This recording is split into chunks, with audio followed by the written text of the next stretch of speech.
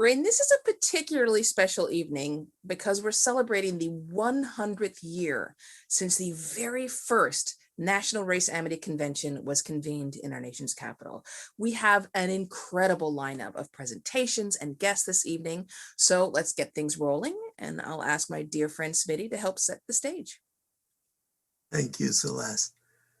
As I begin to open this program, I'd like to just thank the sponsors for this evening. Without them, actually, this would not be happening. And that's Liberty Mutual Insurance Companies, the National Spiritual Assembly of the Baha'is of the United States, and Eastern Bank.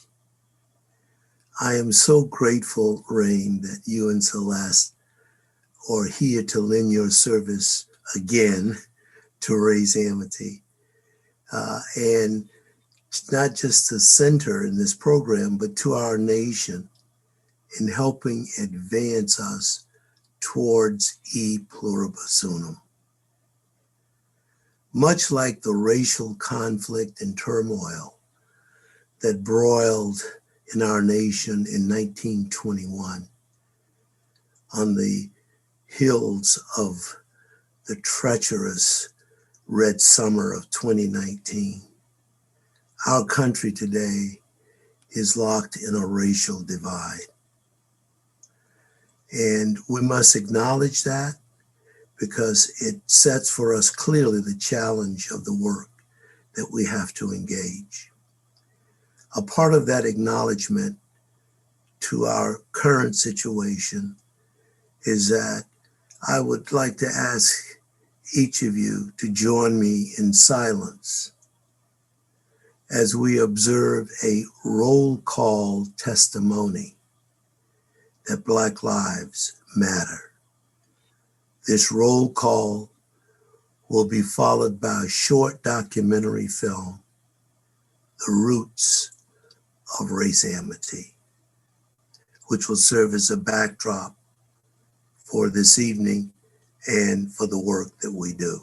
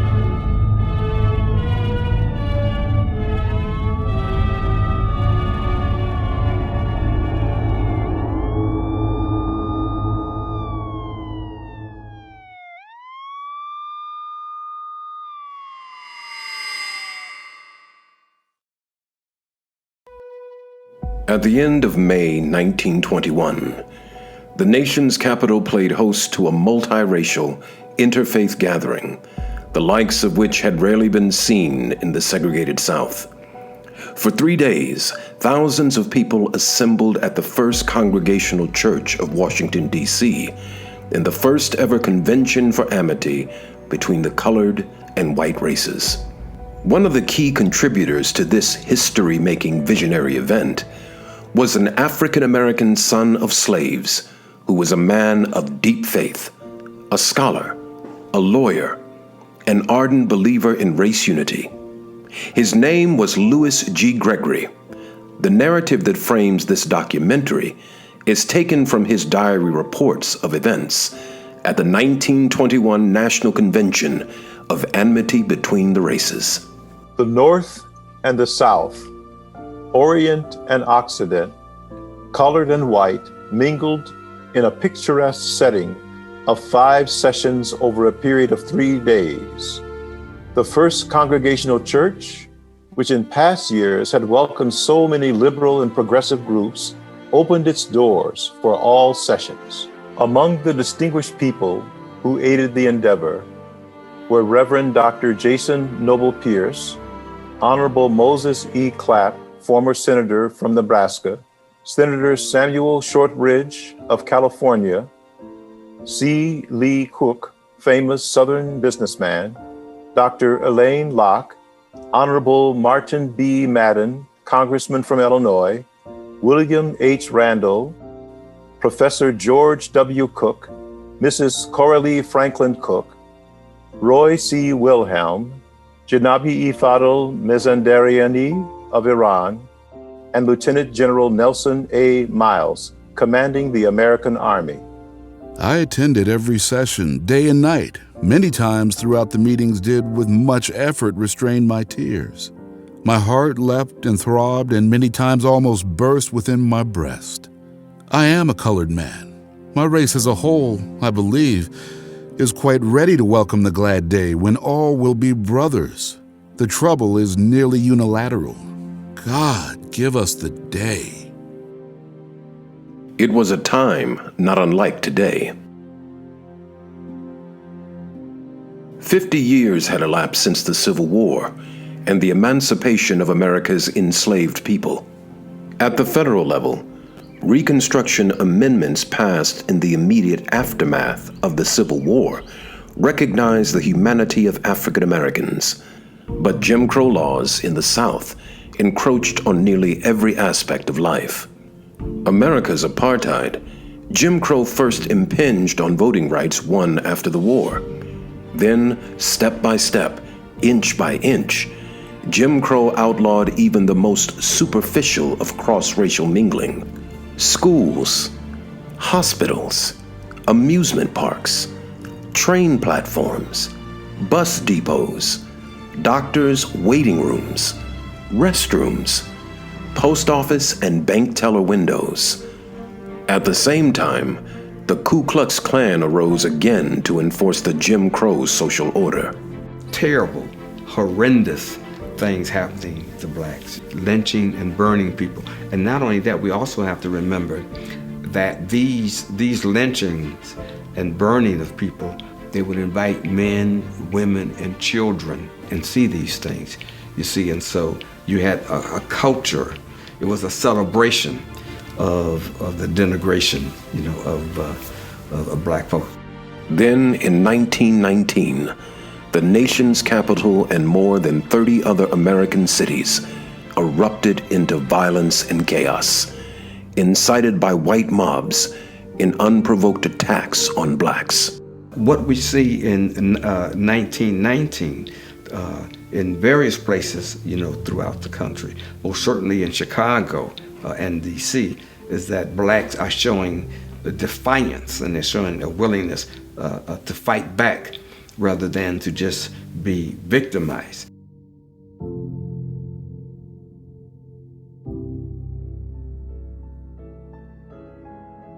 This first Race Amity Convention, then, provided stark contrast to the prevailing patterns of the era. Thousands of men and women from various racial backgrounds, hues, cultural traditions, and social classes chose to sit shoulder to shoulder in church pews for 3 straight days, a simple but truly revolutionary act. The specific purpose of this initial convention was race understanding. Eloquent addresses, large audiences responding not only to the wide press notices, but the circulation of 19,000 programs, ideal weather, and an atmosphere that was spiritual and heavenly could have but an extraordinary effect. And the spirit of reconciliation seemed to sweep the city. This convention had the fervent approval of the President of the United States, although officially he took no part in it. The gratitude of the Chief Executive may be well understood when it is recalled that but a short time before, the historic city had been violently disturbed by a race riot fatal to many. Now the cleansing and purifying power of the Holy Spirit was at work, bringing harmony and peace to those who had passed through the shadow of death. Whether aware of it or not, when convention goers stepped through the doors of the church, they also stepped into the flow of the other tradition. There have been people all over the country, all through history, who have been able to envision a different kind of society.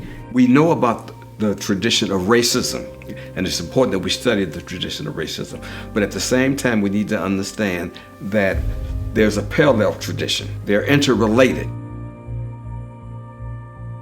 The other tradition is something where people from different racial ethnic groups have worked together to address social injustices throughout history. The other tradition dates back to the origins of European settlement in North America. In 1619, early colonists captured African men and brought them in bondage to Jamestown, Virginia. While enslavement grew in reach, the other tradition freshened the historically rich soil of the colonial period, as interracial communities appeared along Virginia's eastern shore. From about 1650 to 1670, blacks and whites in these communities exchanged land and livestock, hired and fired each other, rented rooms in each other's homes, and cross-racial marriage and adoption became commonplace. As history unfolded, this ever-present other tradition of cross-racial collaboration was practiced. Blacks and whites formed bands of brotherhood while fighting alongside one another in the Revolutionary War, created an underground railroad for the protection and safe passage of the enslaved who sought freedom, joined ranks again to save the Union during the Civil War, and sat in legislative halls together during Reconstruction to actively envision an interracial democracy. Sometimes quiet, sometimes loud, often hidden or overlooked, this other tradition has always been present, characterized by close collaboration, amity, and mutual respect. The other tradition responded to the tumult leading up to 1921. Interracial co-workers established the National Association for the Advancement of Colored People and the National Urban League at the national level. Inspiring a network of chapters across the nation, they provided a forum for blacks and whites to advance access, equity, and social justice. And in 1921, the movement of Race Amity Conventions began with religious inspiration. Race Amity Conventions were envisioned by a spiritual leader living in the Middle East. Abdul-Baha was the son of the founder of the Baha'i Faith, a religion whose central principle is the oneness of mankind. He traveled to the United States in 1912 and studied the situation of race relations from afar for many years. Abdul-Baha envisioned a new sociology for the world in general and America in particular. He invites the attention of social workers to the oases rather than the deserts of their environments and helps them to extend the boundaries. In this nation's internal development, there is no more lurid and tragic chapter than that of race relations. It is to this, therefore, that Abdul-Baha directed his great thought, turning his searchlight upon the national disease and prescribing with marvelous wisdom the remedy. Abdul-Baha constantly talked about the importance of racial unity. He described the whites as pearls and the blacks as sapphires. So he created a lexicon of racial or interracial appreciation. When it came to the first Race Amity Convention, Abdul-Baha placed responsibility squarely on the shoulders of a woman by the name of Mrs. Agnes S. Parsons.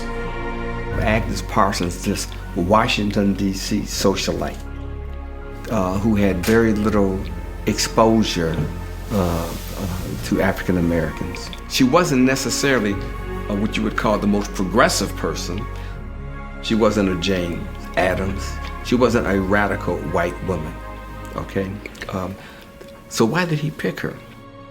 The call for blacks and whites to come together for a new effort to abolish prejudice needed to come from a well-to-do white person, not from African Americans who could easily be sidelined and disregarded. With famed philosopher, educator, and Rhodes Scholar Alain Locke serving as chair of one of the sessions, the program included talks on the spiritual and scientific components of interracial brotherhood. Artistic presentations celebrated Black culture through a musical performance by violinist Joseph Douglas, grandson of Frederick Douglass, a talk on Black poets by Coralie Cook, a professor at Howard University, and an evening of traditional African American spirituals with historical commentary given by Howard University Director of Music, Gabrielle Pelham, and the University Dean of Music, Lou Levere.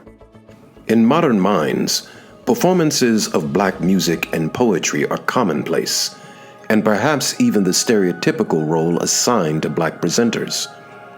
But from the time of emancipation onward, Jim Crow had been aided by a propaganda campaign against Black people. Scholar W.E.B. Du Bois called it one of the most stupendous efforts the world ever saw to discredit human beings.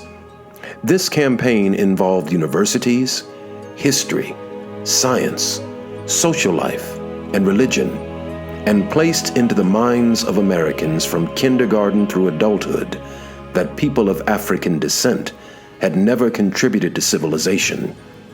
The convention's focus on celebrating Black civilization served as both education and healing. Shortly thereafter, Alain Locke launched the revolutionary framework for African American scholarship and artistic expression in initiating the Harlem Renaissance, the fountainhead of African American scholarship, to advance American intellectual and artistic expression. This first Race Amity Convention sparked a national movement of large-scale interracial gatherings. Washington, D.C. hosted 3 more conventions in 1922, 1923, and then formed a racial amity discussion group led by Coralie Cook and Agnes Parsons. Springfield, Massachusetts also held a convention in the winter of 1921. In 1924, New York City saw a collaborative effort between the national leadership of the NAACP, National Urban League, and the Baha'i community. At that city's convention, Alain Locke shared the stage with W.E.B. Du Bois, Jane Addams, and James Weldon Johnson. Throughout the 1920s, conventions took place in Philadelphia, Boston, Chicago, Montreal, Detroit, and Pittsburgh. Even small communities in the Rocky Mountains were inspired to hold interracial dinners and discussions. These race amity gatherings and conferences were held off and on in various cities into the 21st century. In 2011, on the 90th anniversary of the 1921 conference, the National Center for Race Amity committed to revive and hold a National Race Amity Conference. This commitment led to the May 21st, 2021 convening of the Centenary celebration of that first conference 100 years earlier. No student of history could say race amity conventions solved America's struggle with racism. However, despite the tumult then and now, we must mark with joy and take inspiration of this 100th anniversary of the first Race Amity Convention. It celebrates a moment in time when, in the midst of crisis, chaos, and violence, there is a present and growing moral consensus which has as its center amity and association. This moves us towards e pluribus unum as we become the better in us. This is our nation's vision and our destiny.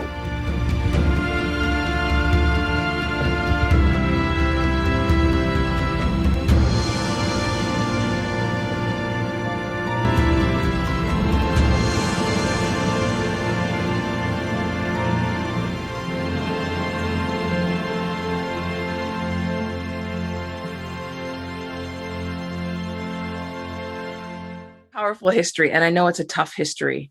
And sometimes it's tough to think that we have been working at this for 100 years.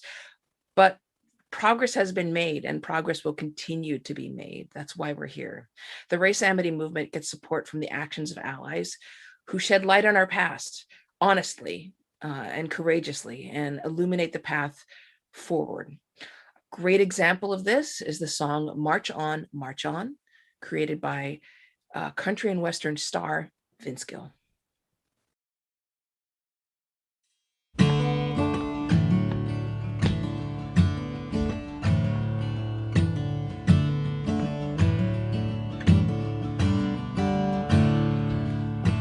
Get on board, children, we're running out of time. The world needs changing, both yours and mine. We need to cause good trouble, peaceful like John. The day we're all equal, oh, the struggle will be gone. Preach on, brothers, sisters, stay strong. Hearts are changing, march on, march on. 400 years of history couldn't be more wrong. A reckoning's coming, march on, march on.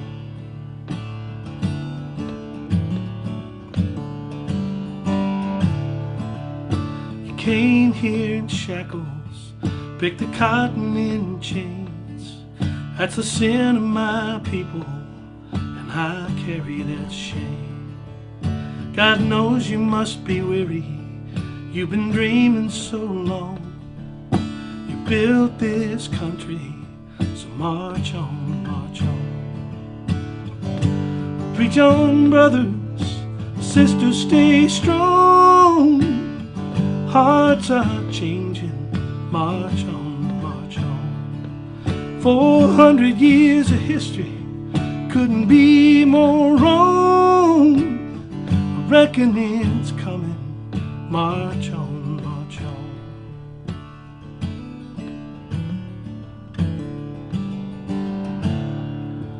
Heed the words of Martin Luther, lift every voice and sing along.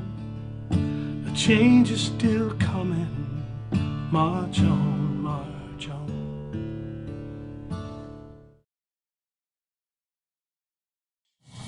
I am so pleased to join you for this commemoration of an especially important event. My grandfather was Joseph Douglas, who was the grandson of Frederick Douglass. That makes me Frederick Douglass's great-great-granddaughter. My grandfather Joseph was one of the artists who performed at the first Race Amity Convention in 1921. 100 years later, on April 30th, 2021, his great-great-granddaughter's birthday, Joseph was an inaugural recipient of the Boston Conservatory at Berkeley Legacy Award for his extraordinary musical accomplishments. I just had to share that exciting news. My family, like many in this country, has been directly impacted by Race Amity. My great-great-grandfather, Frederick, began his friendship with Irish abolitionist Daniel O'Connell in September 1845 during his first trip to Ireland. After having published his autobiographical narrative of the life of Frederick Douglass, an American slave, he fled the United States because of the inherent danger of being both a successful author and an escaped slave. In a letter to William Lloyd Garrison dated September 29, 1845, Frederick recalls first hearing Daniel O'Connell speak, quote, "Upon the subject of slavery in general, and American slavery in particular, Mr. O'Connell said with an earnestness which I shall never forget, quote, I have been assailed for attacking the American institution, as it is called, Negro slavery. I am not ashamed of that attack. I do not shrink from it. I am the advocate of civil and religious liberty all over the globe, and wherever tyranny exists, I am the foe of the tyrant. Wherever oppression shows itself, I am the foe of the oppressor. Wherever slavery rears its head, I am the enemy of the system or institution. Call it by what name you will. I am the friend of liberty in every clime, class, and color. My sympathy with distress is not confined within the narrow bounds of my own green island. No, it extends itself to every corner of the earth. My heart walks abroad, and wherever the miserable are to be succored, or the slave to be set free, there my spirit is at home, and I delight to dwell." End quote. Frederick was captivated by that talk. Afterwards, he and Daniel O'Connor were introduced and started a decades-long friendship and mentorship, during which O'Connell began to refer to my great-great-grandfather as the Black O'Connell. After that visit to Ireland, Frederick said that it was the first time in his life where he felt like he was actually being treated as a person, not as a skin color. In 2011, my son and I traveled to Ireland, hosted by Don Mullen, the Irish author and media producer, whom you will hear from later in this broadcast. Due to an unexpected set of circumstances during that visit, we had the opportunity to meet a Daniel O'Connell descendant. It was such an honor to meet his great-great-granddaughter and to build upon the bond our ancestors had established. My sentiments were echoed by former President Obama when giving his remarks in Dublin during his first visit to Ireland. On May 23, 2011, he spoke of both the Irish Liberator and Frederick Douglass, and then said, quote, "Recently, some of their descendants met here in Dublin to commemorate and continue that friendship between Douglass and O'Connell," end of quote. But back to 1921.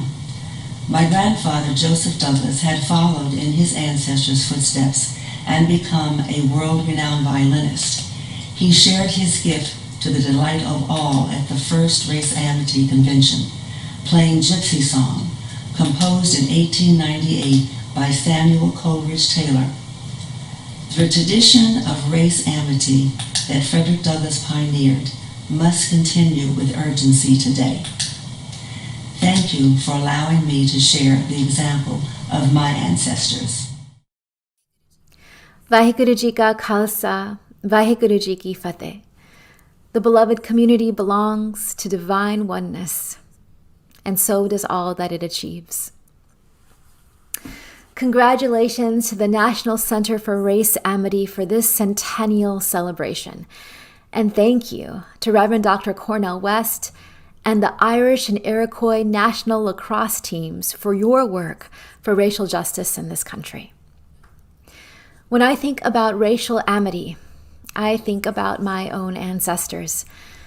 My grandfather was a turbaned Sikh farmer who traveled from India to America by steamship in 1913. When he arrived, immigration officials took one look at his turban and beard, and motivated by the white supremacist rage of their time, they threw him behind bars. He would have been deported. I wouldn't be here for you now if it weren't for the intervention of one man, a white man named Henry Marshall, who filed a writ of habeas corpus that helped free my grandfather on Christmas Eve of 1913. You see, this man saw my grandfather not as a foreigner or as a suspect, but as a brother.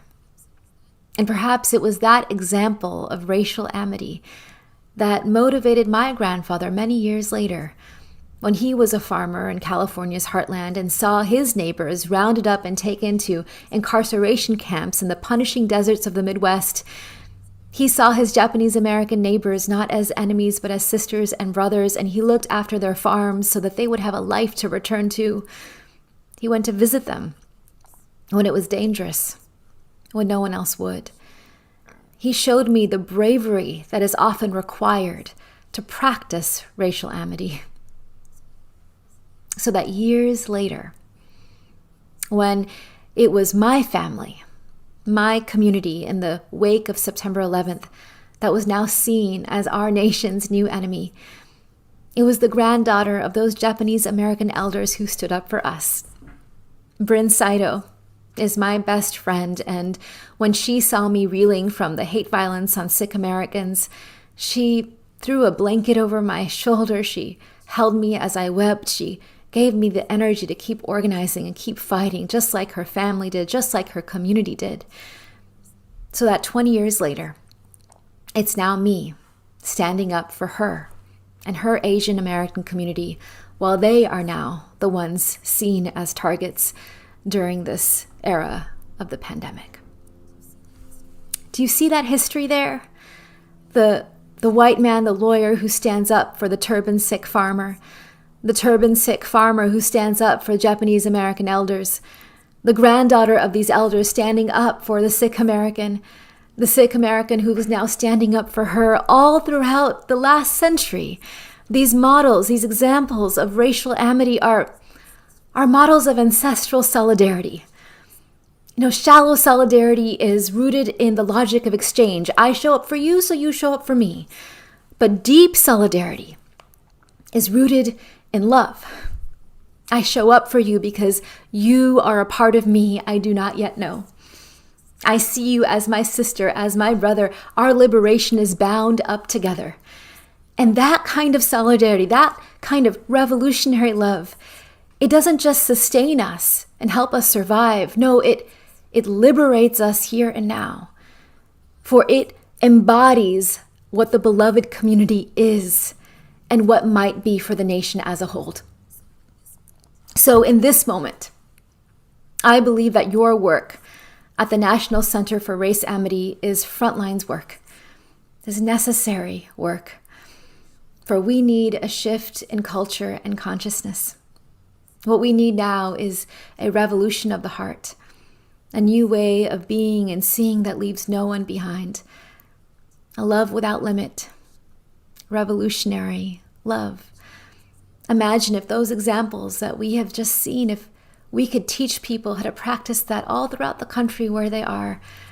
Might we transition the nation as a whole into the America that we have long dreamt, a multiracial, multi-faith, beloved community. We birth the beloved community by becoming the beloved community here and now, and that is why I believe revolutionary love is the call of our times, and that this gathering embodies what it is. Remember the wisdom of the midwife. In any long labor, she says, breathe, my love, and then push, and then breathe again. Thank you for creating this space for us to breathe together. May we gain the energy that we need to sustain the labor to come. For remember, you will be someone's ancestor one day. They will summon you. And if we show up with a kind of revolutionary love, what they will inherit will not be our trauma or despair from this time. It will be our bravery. Vaheguru Ji Ka Khalsa, Vaheguru Ji Ki Fateh. That was a message from Valerie Kaur, who is an activist, filmmaker, lawyer, educator, and Sikh faith leader, and her book is called See No Stranger, a memoir and manifesto of revolutionary love. Smitty?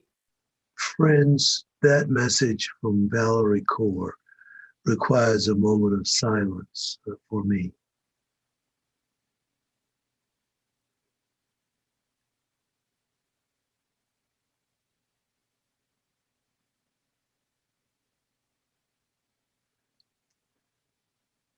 And as we begin and continue this part of the program, I'd like to again thank our sponsors, Liberty Mutual Insurance, the National Spiritual Assembly of the Baha'is of the United States, and Eastern Bank. These organizations and companies have actually been with us for nearly the last 10 years as supporters and sponsors as we do our work, and we're very grateful for it. Now, please join me in saluting powerful examples of what we all might achieve in advancing access, equity, and social justice through the other tradition of race amity. These wonderful souls are the recipients of the 2021 National Center for Race Amity Medal of Honor. In 2013, the National Center for Race Amity decided that to more powerfully impact the public discourse on race with the model of race amity, the other tradition, we should recognize people who locally, nationally, and internationally personify that in their lives and in their actions. We acknowledge their example by awarding the Medal of Honor. The word honor conveys rectitude, integrity, righteousness, and uprightness.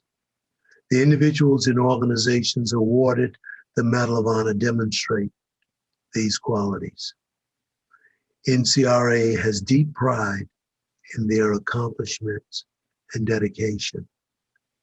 We wish to emulate their efforts of applying race amity to increase access and equity in society.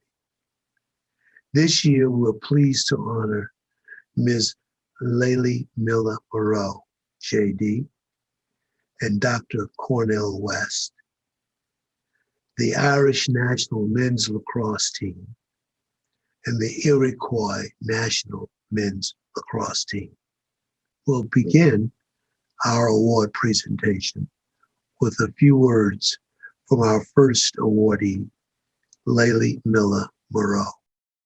I founded the Tahirih Justice Center in 1997 following my involvement as a law student in a high-profile case of a young woman from Togo who was fleeing a forced polygamous marriage and female genital mutilation.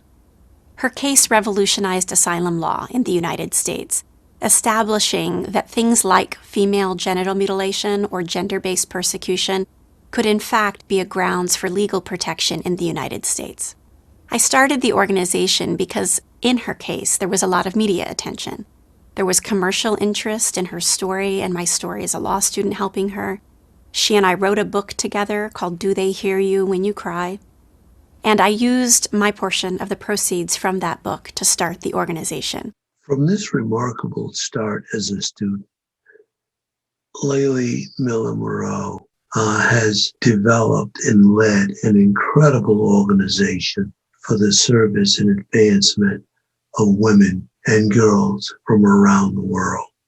The Tahirih Justice Center has served over 27,000 women and girls since its beginning and has offices in 5 cities around the United States. Laylie was named among the 150 most fearless women in the world by Newsweek and the Daily Beast. She was also recognized, along with the Tahirih Justice Center, by the Washington Post newspaper for managerial excellence as an organization. It gives us great pleasure. It gives me great pleasure in awarding the National Center for Race Amity Medal of Honor to Laylie Miller Moreau. I am so honored and incredibly humbled to receive this Medal of Honor, particularly alongside Dr. Reverend Cornell West, the Irish National Men's Lacrosse Team, the Iroquois National Men's Lacrosse Team, and others. Addressing the most challenging issue in America, the disease of racism and anti-Blackness in particular, is a commitment that has spanned from my work at the Martin Luther King Center as a high school student to my current work at the Tahirih Justice Center, working on behalf of Black and Brown immigrant and refugee women and other survivors who are standing up against violence and seeking justice in the United States. My efforts, however, have been inadequate, and the work of so many of us have yet to bear the fruit of true healing, equitable justice, and unity in our diversity. I have faith that we will get there. The world is organically growing and evolving and maturing, and when we look at today versus 50 or 100 years ago, we can see progress. But it's so painful, and it's unacceptably slow, and we have so far to go. I look forward to continuing this journey towards racial harmony alongside the other honorees, and all of those who are participating in this Race Amity Conference, as well as partnering in the work. The progress we will all make together is very exciting, and I'm honored to simply be a part of the journey.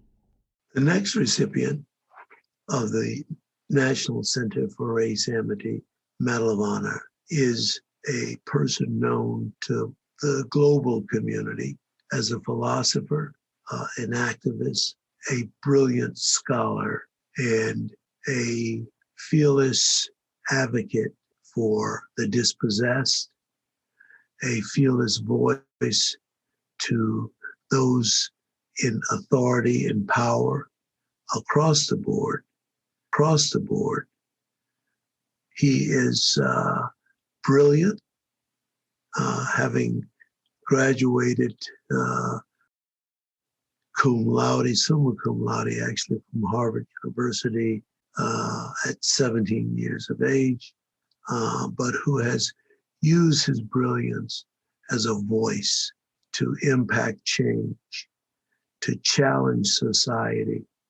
I would say also that we're grateful here at the National Center for Race Amity for his ongoing support of the center and his always willingness to step forward and give his time to the conferences or to speaking to youth in programs that we develop.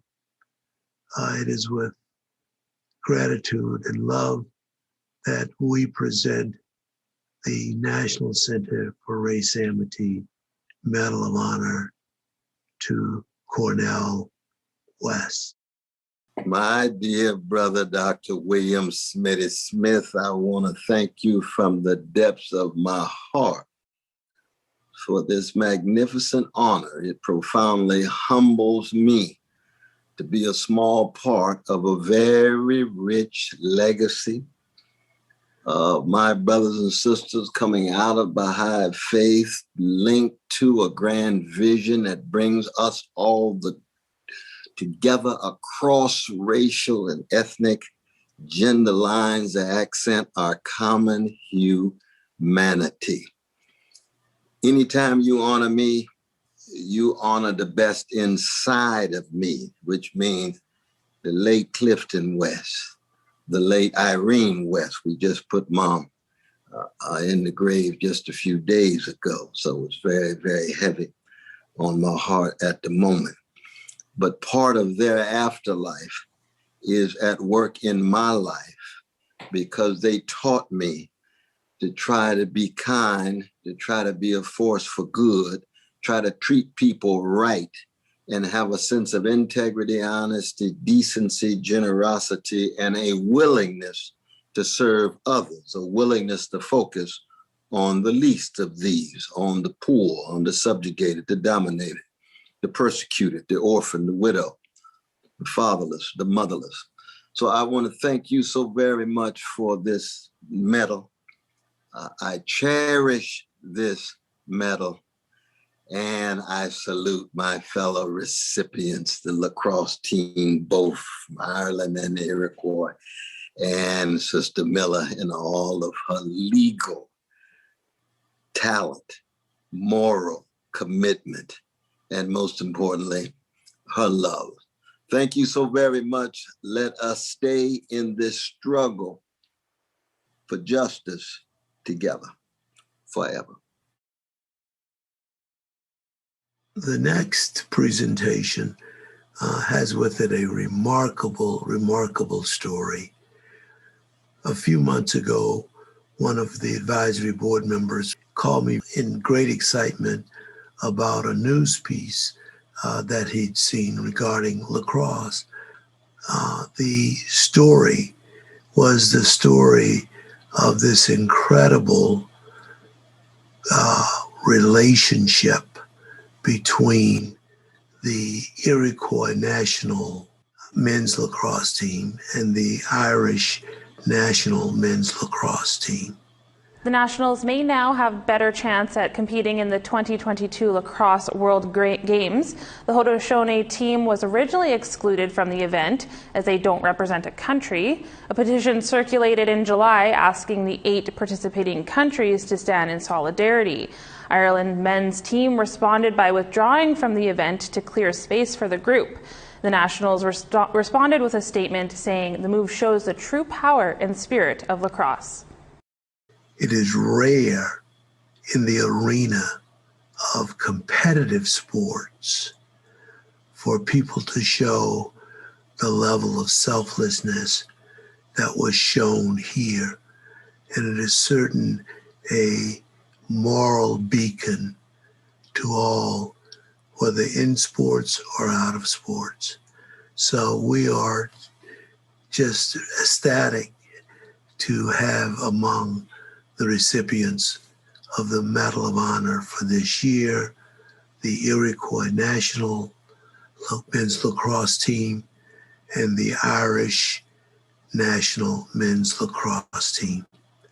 And during the presentation, the Iroquois National Men's Team, we have asked the Tododaho Sid Hill of the Iroquois Nation to present the medal to Rex Lyons, who was the founder and chief executive for the Iroquois National Men's Lacrosse Team. That presentation will be followed by the presentation to the Irish National Men's Team, which we have invited our dear friend and brother Don Mullen, who is an Irishman, but who serves on the National Center for Race Amity Advisory Board, to make the presentation to Michael Kennedy, who is the Chief Executive Officer for the Irish National Men's Lacrosse Team. We congratulate them both and thank them for this wonderful example of amity. So, Michael Kennedy, it is a real pleasure as the first ever non-American recipient of the Race Amity Medal of Honor to be presenting you as the CEO of Ireland Lacrosse with the Medal of Honor for the Ireland Men's National Lacrosse Team for 2021, the centenary year of Race Amity in the United States.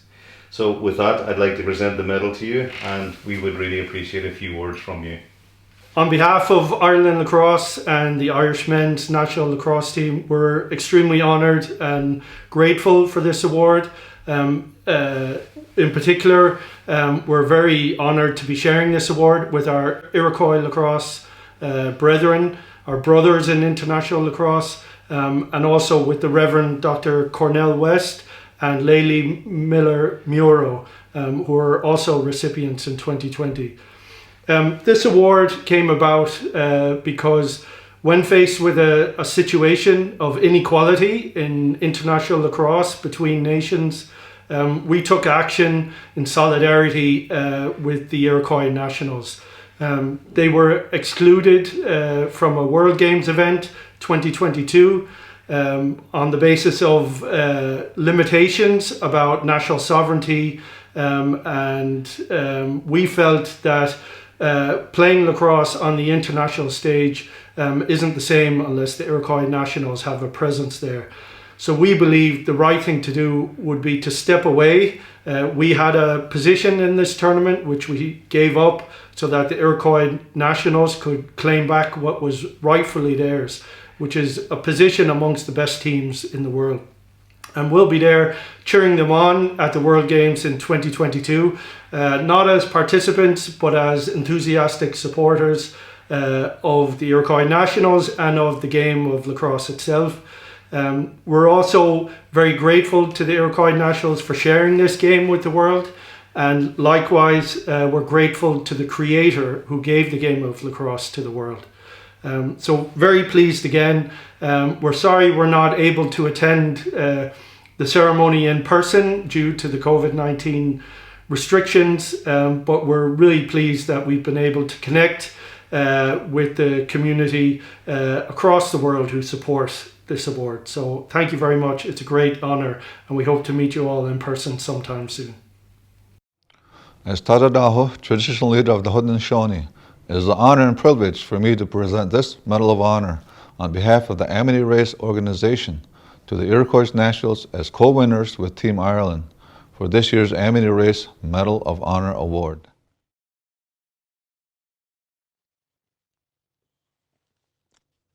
Nawaha. It is indeed a great honor to receive this award, this Amity Medal of Honor Award on behalf of the Iroquois National Men's Lacrosse Team.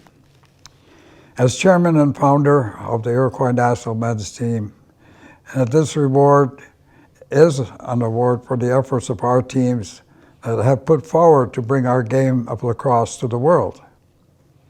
The founding principles of peace, friendship, and brotherhood that Team Ireland so graciously announced to the world that peace and friendship is still here, big time.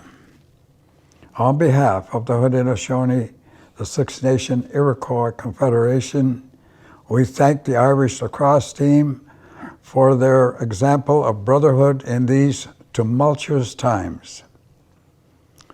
Yes, there are indeed and can be peace.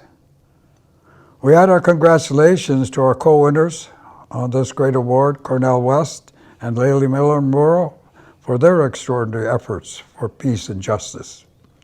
And again, we thank you for including us in this great award that your organization started 100 years ago.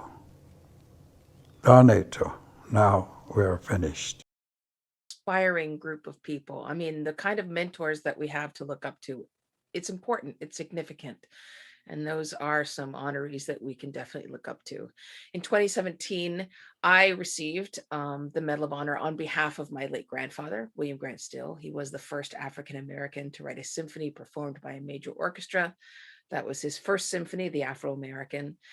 He promoted the power of race amity, not just in his biracial marriage with my Jewish grandmother, but also through his friendship with supporters of the LA Symphony while he conducted there in the 1930s at a time when they didn't even allow Black musicians to play in the orchestra. So race amity has been with us for a long time. Hello everybody, my name is Jesse Washington. I'm a journalist with ESPN's The Undefeated and co-author of I Came as a Shadow, which is the autobiography of Coach John Thompson. So I'd like to talk today about racial amity in sports. Sports has always been a place where more racial amity has been created, just by virtue of coming together in the spirit of competition and cooperation and spectation. Is that a word? I think so. People coming together to watch things. More cooperation between the races has happened. It's important to note that sports has been one of the few areas where Black people have been allowed to participate to the full extent of their abilities, unlike many other areas of American life. And that has happened historically and also to this day. So when you add it all up together, sports has been a place that has pushed the ball forward. Now, I don't want to act like everything is all good all the time, because as we all know, there's a lot of things that happen in sports that have led to racial conflict, racial tension. I think that the protest by Colin Kaepernick for racial equality on the football field is one example of a place where there was controversy and tension around race in sports. However, it's important to note that a white man named Nate Boyer, a military guy, helped Kaepernick come up with the concept of the gesture of taking a knee on the football field. Before that, Kaepernick was just sitting on the bench during the anthem. And so there was racial amity behind Colin Kaepernick's protest. And then when he put it into motion, there were countless white athletes around the country and the world who have now taken a knee. So that's an example of racial amity in action, in pursuance of greater racial justice. So sports moves like society moves, forward, a step back, one or two to the side. That's just how it happens. I have one particular person in mind as an example of race amity in sports. And as I mentioned, I wrote the autobiography of Coach John Thompson. For those of you young folks who don't know who he was one of the first black coaches at a white college. He got to Georgetown in 1972, faced immense racial opposition and racism, and still managed to become one of the foremost thinkers, proponents of education, and greatest coaches in terms of winning that we have ever seen. So Coach Thompson grew up in segregated Washington, D.C. in the 40s and 50s, legally segregated in many places like nearby Maryland, and de facto segregation in a lot of places. He was not even allowed to play basketball because he was black. In his all-black neighborhood, he would be hooping, and a lot of times he would see a white guy sitting on the side. He'd have a tennis racket and a newspaper and just be chilling out. It was Red Auerbach. Now, this is before Red started his Celtics dynasty. He was just a guy who loved basketball and loved interacting with people, and he lived in D.C. So sure, I'm going to go down where the ball is being played, even though I'm a white man. So they developed a friendship also because Red knew John Thompson's high school coach, and Red was an astute evaluator of talent, and Thompson would become 6'10" and one of the best high school players in the country. They developed a relationship and a friendship, this 14-year-old black kid and this grown white man, that really was based on basketball but went far, far beyond that. Red Auerbach and John Thompson used to drive alone together, that's a contradiction, but alone together, up to the Cutcher's Resort in the summers where Coach Thompson would work and play ball. Red Auerbach encouraged John Thompson to attend college at Providence, an almost all-white institution. At Providence, John Thompson made two of the longest lasting friendships of his life, his assistant coach, Dave Gavitt, and his teammate, Billy Stein. These are relationships that never would have developed were it not for the game of basketball. And Coach Thompson went on to play for the Celtics and really cement his relationship with Red. Coach Thompson was at Red Auerbach's bedside the day before he died. Also, Coach Thompson, when he went on to Georgetown, he was familiar with white people. He had a comfort level with them and developed many, many more deep, lasting relationships with white folks just through the game of basketball. Far, far removed from the segregated areas of Washington, D.C., where he grew up. So, if it wasn't for basketball, these things wouldn't have happened. And we would have not been exposed to, these white folks really helped to develop one of the greatest intellects and teaching minds and coaching minds that we've ever seen in John Thompson. So I don't want to oversimplify things again. I mean, my kids play sports. And my kids are black, and a lot of times they've been the only black kids in the gym or on the field. And that can be an uncomfortable situation. There can be a lot of racial tension in those areas. But there are so many examples, when you really want to look for it, throughout history, of sports offering the promise of race amity. Thank you. Incredible story. That was a story by Jesse Washington. We know that the realm of sports can offer many influential examples of promoting access, equity, and social justice. And he just put that so well. It's so inspiring. And I had no idea about that friendship between those two luminaries of sports. Jesse Washington is a journalist for ESPN's The Undefeated, a co-author of the best-selling book, I Came as a Shadow, the autobiography of former Georgetown basketball coach John Thompson. He's a producer and writer of the 2021 Undefeated National Geographic documentary film, March on Washington, Keepers of the Dream. Now, as you may know, in the past, the National Center for Race Amity has asked conference participants to financially support the Navajo Nation COVID-19 Fund. Because of your contributions and the contributions of others, the Navajo have become the most effective Native community in arresting the spread of the virus and curtailing deaths. This year, through donations as part of registrations for the Race Amity Conference, NCRA has collected over $3,500 for the Navajo Nation COVID-19 Fund. If you have joined us just for tonight's special program, we urge you to contribute at the website. You'll see that on the screen. You can go to the link, which is wearenavajo.org. And this is a great moment to bring in Roman Arona. Roman is a Native American dancer, singer, drummer, and flutist who reflects in his lineage the Apache, Pueblo, and Yaqui tribes. Winner of Best Male Vocalist at the 2016 Native American Music Awards, Roman directs a nonprofit called I Am Human Media, which develops programs to address social discourse, create community, and unite humanity through the arts. Hello, my name is Roman Arona. It's an honor to be here with you. And I was asked to give a talk on race amity. Instead of giving a talk, I wanted to give a piece that is part of my stage performance called Prophecy. And within this piece, it gives that foundation of our unity and our interconnectedness as humans from different races. And so I wanted to play this because it lays the foundation of why we need to have race amity. It's important in our progress as human beings, and it's important in creating this great peace on earth that has been foretold and promised.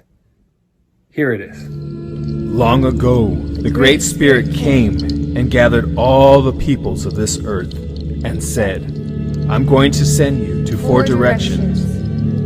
And over time, I'm going to change you to 4 colors. But I'm going to give you some teachings that you will call these the original teachings. And when you come back together with each other, you will share these so that you can live and have peace on earth. And a great civilization will come about. To the east, the red people, he gave the guardianship of the earth to learn the teachings of the earth, the plants that grow from the earth, the foods that can be eaten, and the herbs that are used for healing. To the south, the yellow people, he gave the guardianship of the wind to learn about the sky and breath, to know how to take that within ourselves for spiritual advancement. To the west, the black people were given the guardianship of the water, to learn the teachings of the water, being the most powerful element. To the north, the white people were given the guardianship of fire, to learn the teachings of the fire and its uses, remembering to know the destruction that can be created if it is not utilized correctly. Have we, as humanity, lost sight of our responsibilities? Have we given up on creating true peace on earth and building this great civilization that has been foretold? Why do we sit idle and wait for others to do something? Why do we blame others for the problems that we face as a humanity? Fulfilling the prophecies of peace on earth and the building of this great civilization are not only possible, but inevitable. Whether both are to be reached only after unimaginable horrors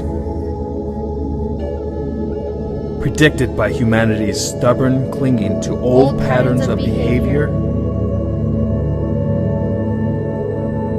or is it to be embraced now by an act of consultative will? The choice is ours.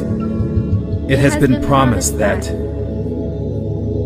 these fruitless strifes, these ruinous wars, shall pass away, and the most great peace shall come. The time is now to act upon this. The earth is but one country, and mankind its citizens. That was the medicine wheel prophecy as it was told to me. It's also known as the 4 directions or the 4 directions prophecy. And it lays the foundation of why We as human beings have to get along and create this promised prophecy of this great peace on earth. It's going to take all of us to be part of this. My love and blessings are with you always. Ahihet. Thank you.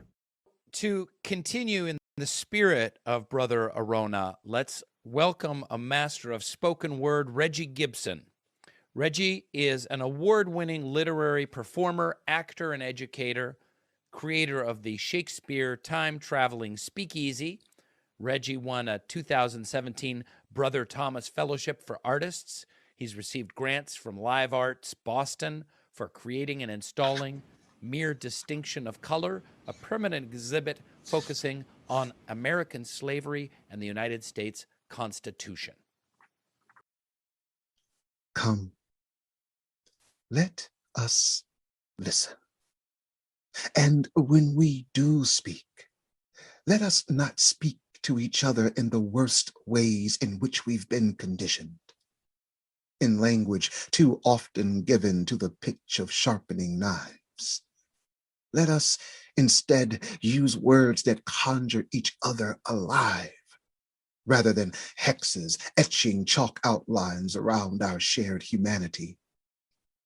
Let us sing, and let that song not become some scream and screech of rats, caged, poked by sticks and stoked into rage. Let that not become the image of this age.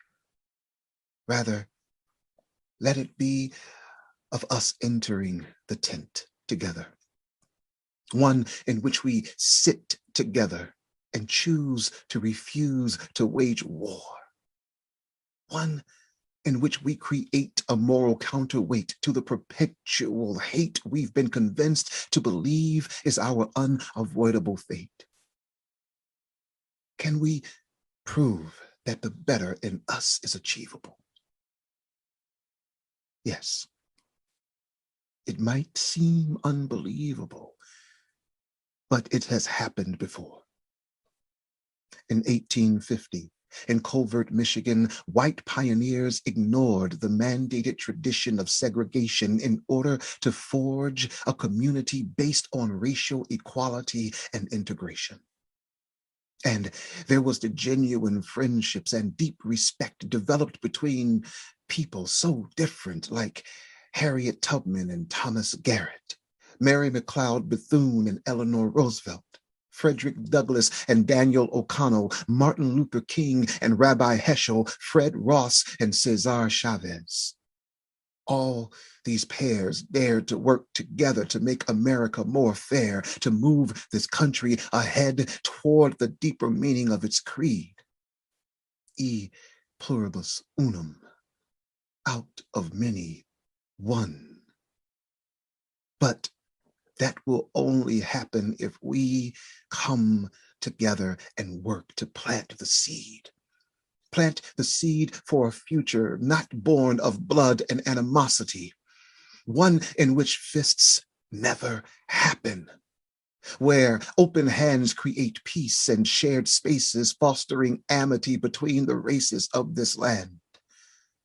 Oh, let us call each other friend, amigo, rafiki, panju, sadiki, chingu, tomodachi, mitra, shavar, kara, barat, dost, arkadash, plijatel, kaibigan, zanmi, teman.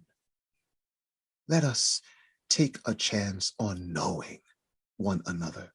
Be vulnerable enough to open up and start showing one another our truest selves, the ones beyond what our scars have made of us. Let us be brave enough to ponder what angst and animus each of us must give up for a chance at a friendship based on human respect, dignity, and love. Honestly discuss what misconceptions we must let go of, what privileges each of us must refuse to cling to, what residue needs to be cleansed from our race-stained minds so we can see ourselves as one kind. become one heart, one mind, by opening one door at a time, and let the light in and begin to find the courage to step toward each other and accept one another as kith and kin and friends. Thank you.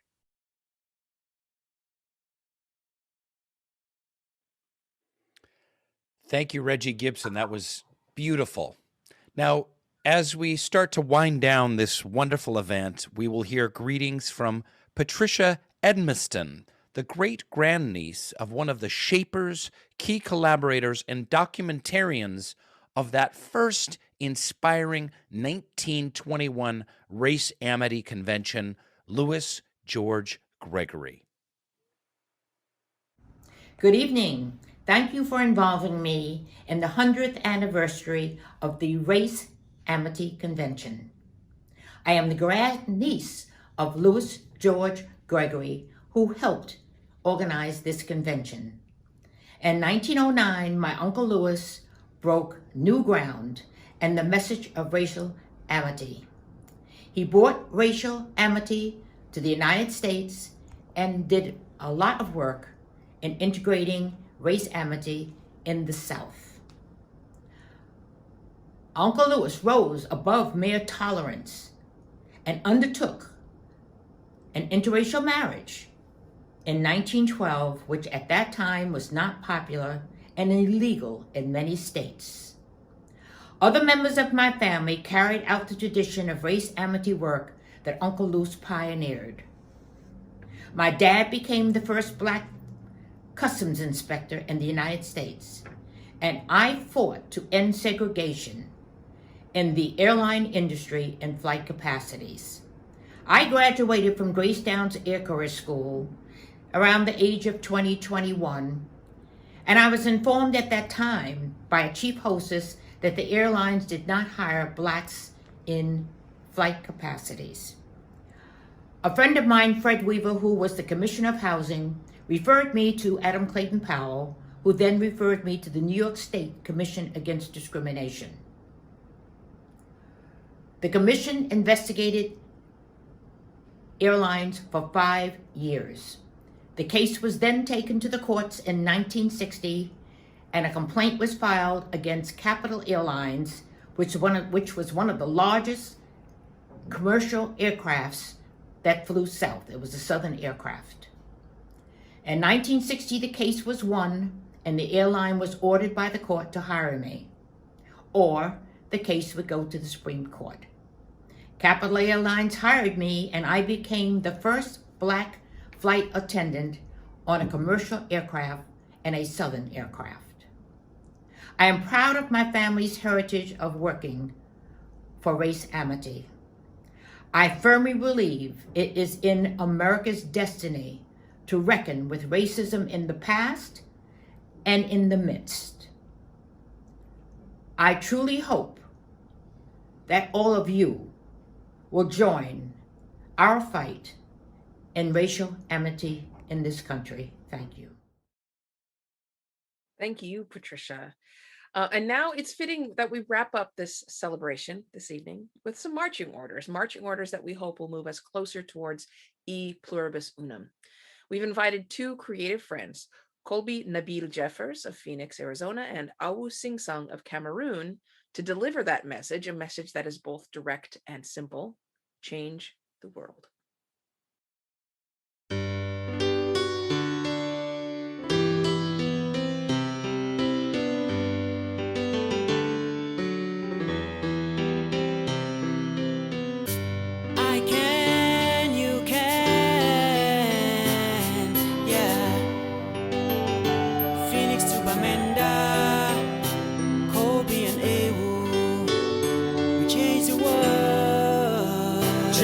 Yo, I woke up this morning with a dream to change the world. Just wanna bring a smile to every boy and every girl. Can't do it by myself, on my own and all alone. The world needs changing now, so let's all get in the zone. Every woman, every man, come and join me, lend a hand. It's time time to step it up and lead our children to the promised land. The golden age of unity, of freedom and equality. Peace on earth is possible, just need a new mentality. Open up your heart and open up your mind.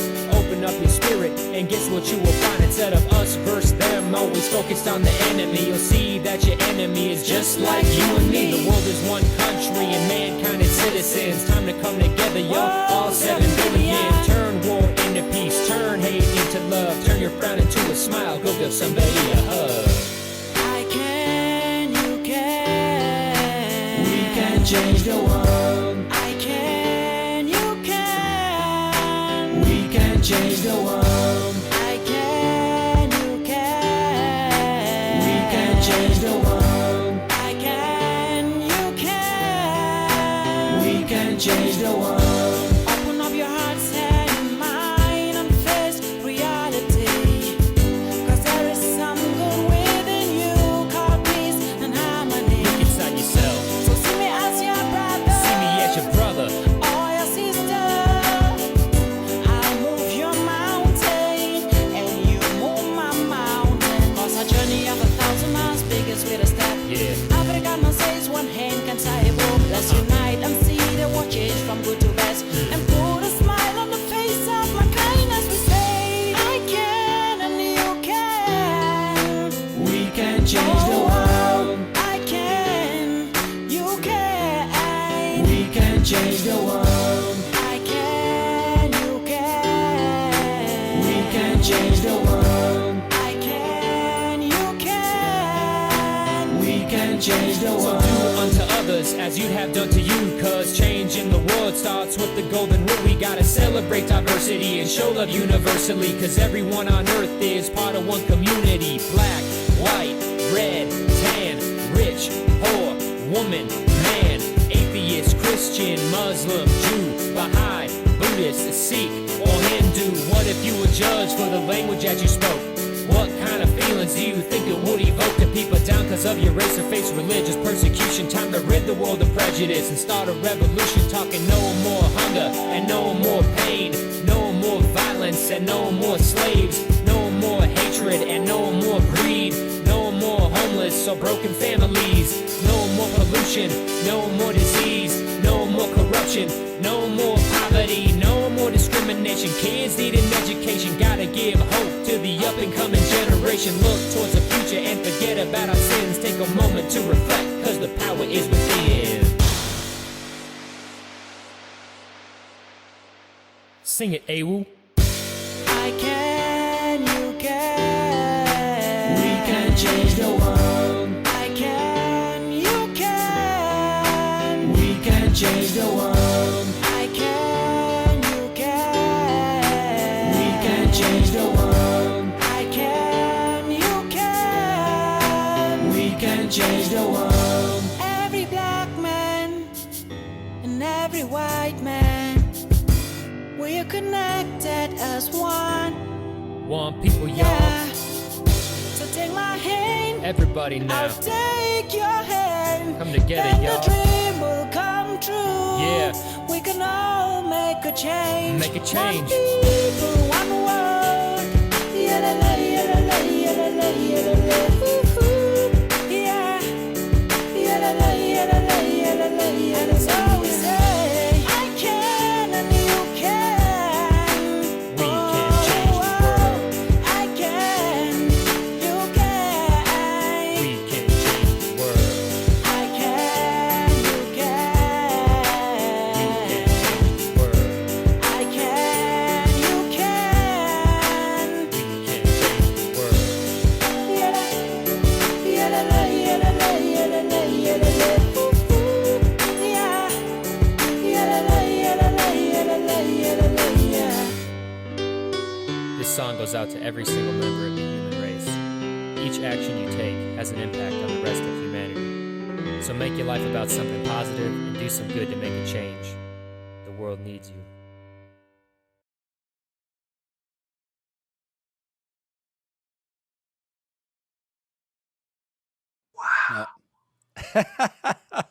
What a great way to end. That's fun. God. We can change the world, Smitty. Yes, we can. Celeste, Can we not? We can indeed. So, folks, as we end, please mark something down on a nearby piece of paper or on your calendars. Please make plans to join the National Center for Race Amity in its special Race Amity Day program, Sunday, June 13th at 1 p.m. Eastern. That's Sunday, June 13th at 1 p.m. Eastern is the National Center for Race Amity and Race Amity Day. It's going to be on our YouTube channel.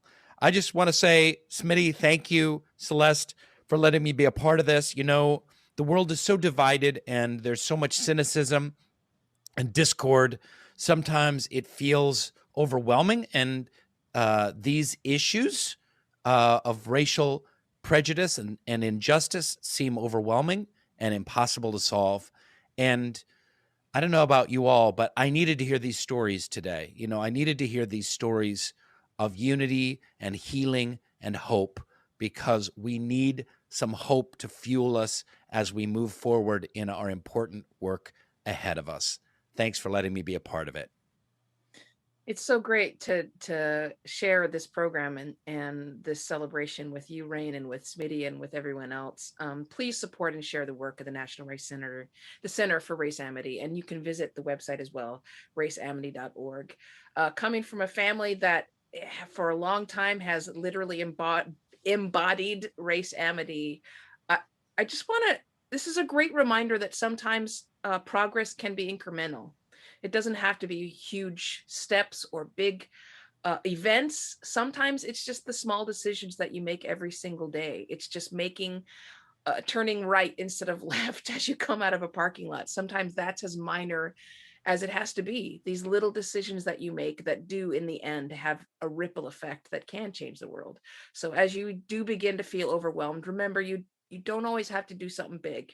Sometimes it's something small. Thank you, Celeste. As we close, again, I want to thank our sponsors, Liberty Mutual Insurance Companies, the National Spiritual Assembly of the Baha'is of the United States, and Eastern Bank.